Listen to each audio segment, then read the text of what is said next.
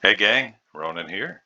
As you can see, in this game, I'm playing the Tier 10 US Destroyer Gearing. Matchmaking's pretty decent. No CV, which is always a plus. There are a number of enemy DDs to contend with, Gearing, Summers, Shimakaze, and Holland.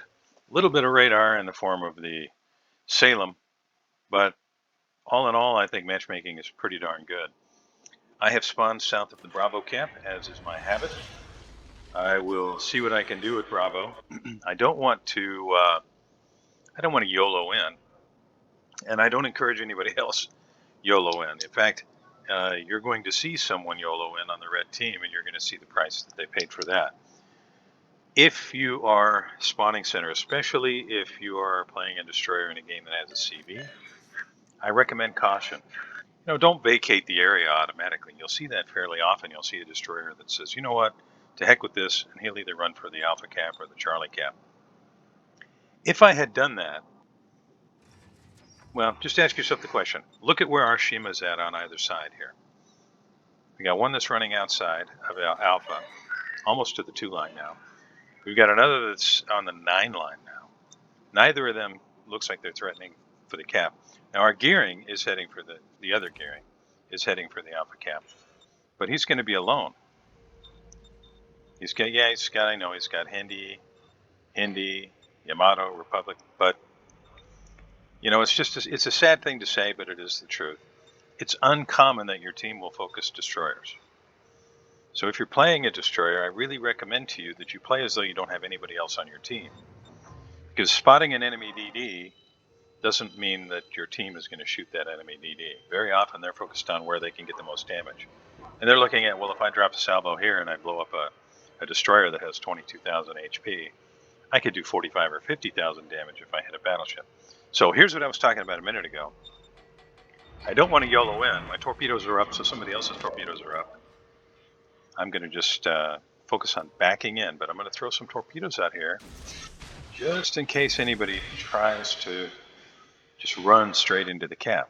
If they do, they'll have to maneuver to avoid torpedoes. My guns will be ready. And if they're not able to avoid the torpedoes, well, then they'll get smacked with the torpedo and then have to contend with my guns. So this is what I was talking about.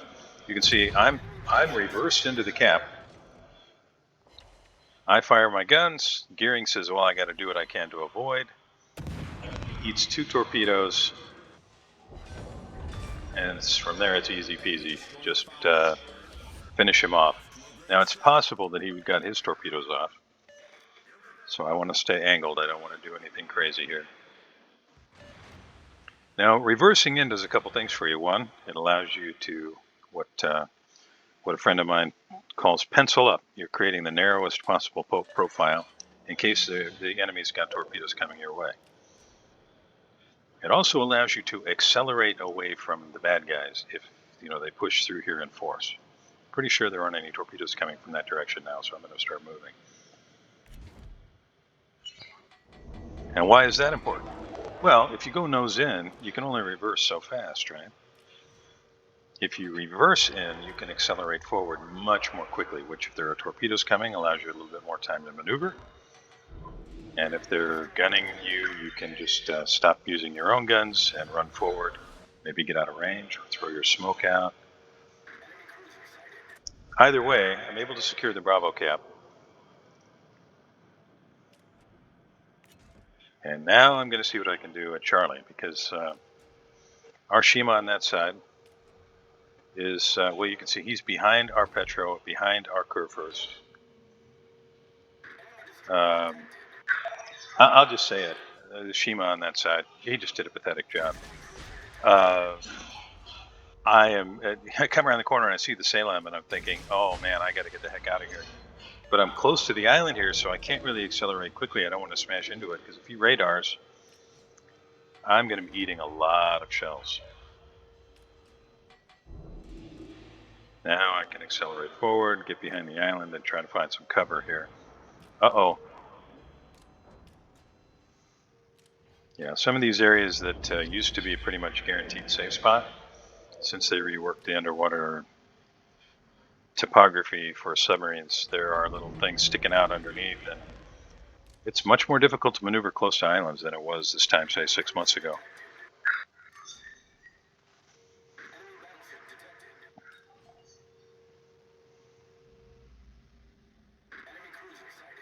I'm still interested in helping at Charlie, and you can see just briefly there, Venezia and Conqueror are out there. I'm pretty safely behind the island, and I think I'm probably out of radar range. Torpedoes are going to be back up in 16 seconds. I do manage to land some torpedoes back there. Not sure what I hit.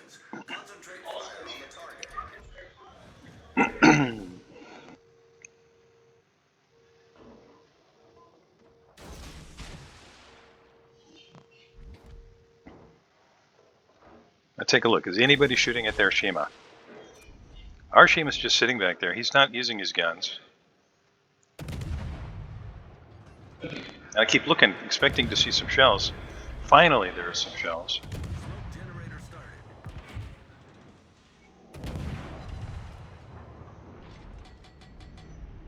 I can't sit here because if that Shima turns a little bit and throws torpedoes this way, I'm liable to get blapped.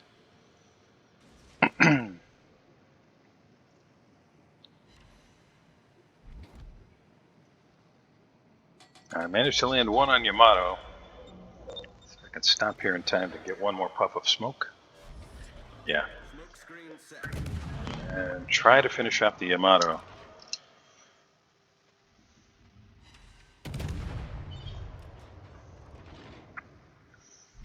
There he is.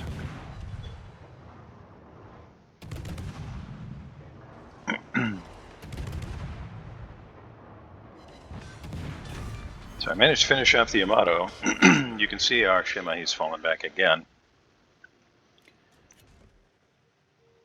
We really need him out here spotting that Shima. And he just about torps me. It looks to me like Kremlin is thinking, well, I'll cross here, but I think he's going to change his mind and try to get through that gap, so I threw torpedoes accordingly.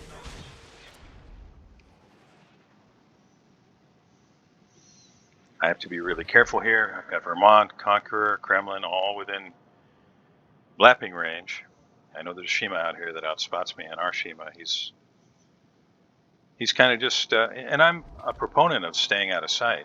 In fact, I just finished a video in my own Shima where I say, you know, stay unseen, don't get, but you can't just sit behind your team and throw torpedoes and expect to be considered helpful. Okay, so there's the Shima. I do catch him pushing forward, but I don't really have any help out here. So if the Shima's going to get sunk, it's going to kind of be up to me. I think you can see there were some shells there, and I'm just taking big damage there from a Vermont. I do manage to land another torpedo on the Kremlin, and that's going to finish him off on the next. There we go. Okay, so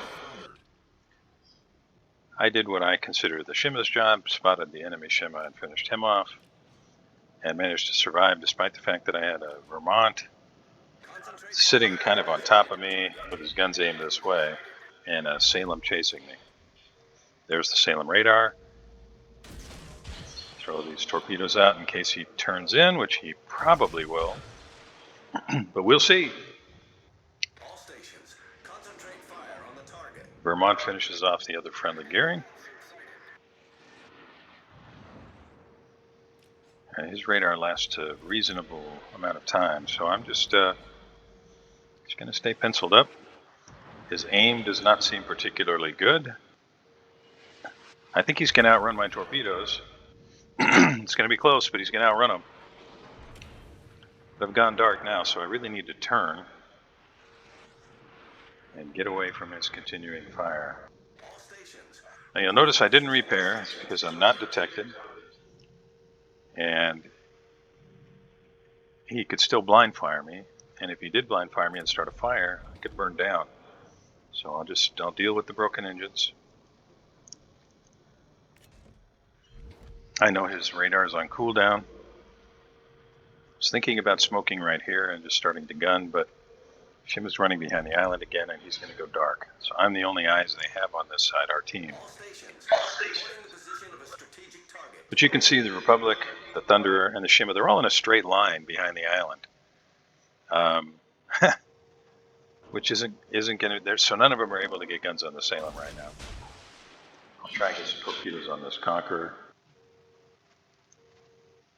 You see I lost a set of torpedoes there.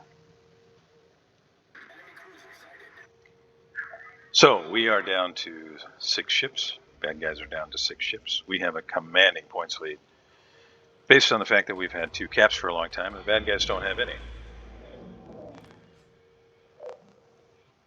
Salem is finally detected again. But watch our Thunderer, Republic, and Shima. They're all in the same line. You can't expect to do much when you're all in one position. Managed to land 3 out of 5 on the Conqueror. I'm going to see if I can get a fire started. And it looks like I've got some help. That Salem is probably swinging his guns around this way. I'm going to inch forward here a little bit. Okay, so there's my fire. Can I get a second one? Oh, here comes the incoming shells from the Conqueror. Youch. And I do get blapped from Vermont, who's played a good game. That's 2 gearings for their Vermont. But I did get the fire started. And I know that he's already used his damage control. So with a little bit of help, a Quacken is within reach.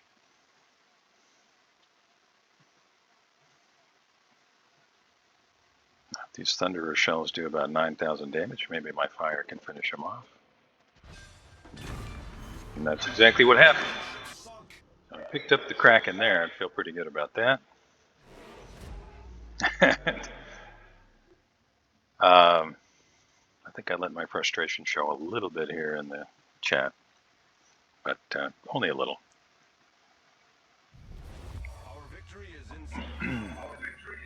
Despite the frustration with watching our Shimakaze do so very little, this game looks like it's probably in the bag, but our Hindy's pushing into smoke, and you can see the torpedoes on the way. Now, I have to say, Dorf McUseless, despite the fact that his name would suggest otherwise, he actually played a pretty good game. He did everything he could to hang on to that Alpha Cap against a Holland, a Summers, and an enemy Hindenburg. And he was over there all by himself. The Republic, the Thunderer, well, you saw what they were doing. And but he held that cap for a long time. And our Shima, I don't know what the heck he's thinking. You know, I guess he could get in here and grab this cap, but he's going to throw torpedoes across, and the only way that he could possibly hit him is blocked by the island. But he's going to throw them out there anyway, as though the Vermont might suddenly stop and reverse into the torpedoes. Yeah, you can see the comment there from the Hindi.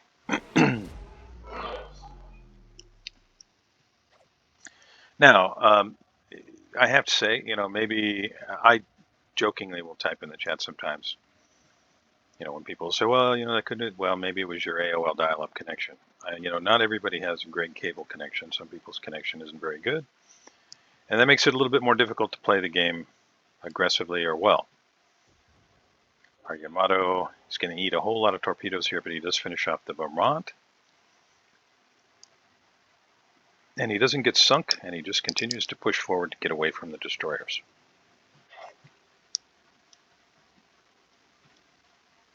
Now our Shima, there's nothing around, but he has smoked up and thrown torpedoes through the gap. Now, maybe he catches something, and, you know, even a blind squirrel can find a nut every once in a while.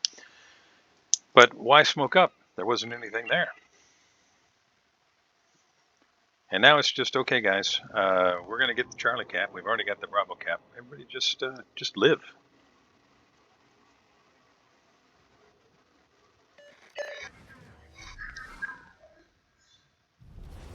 And I'm seemingly not the only person that's noticed the play of our Shima. You can see the Hindi's comment there.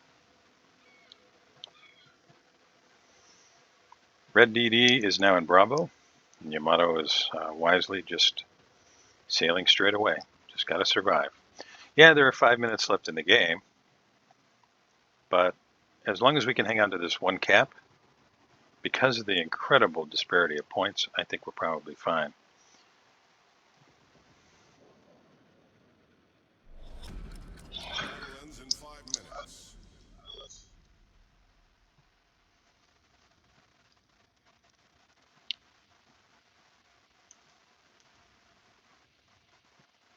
Now there's something I actually agree with. Throwing torpedoes through that gap.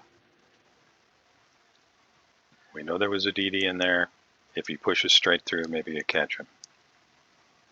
Our poor Yamato, he's doing the smart thing. He's just running away. But he's detected by a destroyer, and that Hindi is just lobbing shells over the island. And here come the Holland torps. Our Yamato is able to avoid all of those. And this is going to be over here pretty soon. So I will say this was a pretty exciting game for me to play. I always enjoy picking up a Quacken. Even though I had some help to get it, I still feel pretty good about it. I feel like I pulled my weight in this game, and then maybe a little bit extra.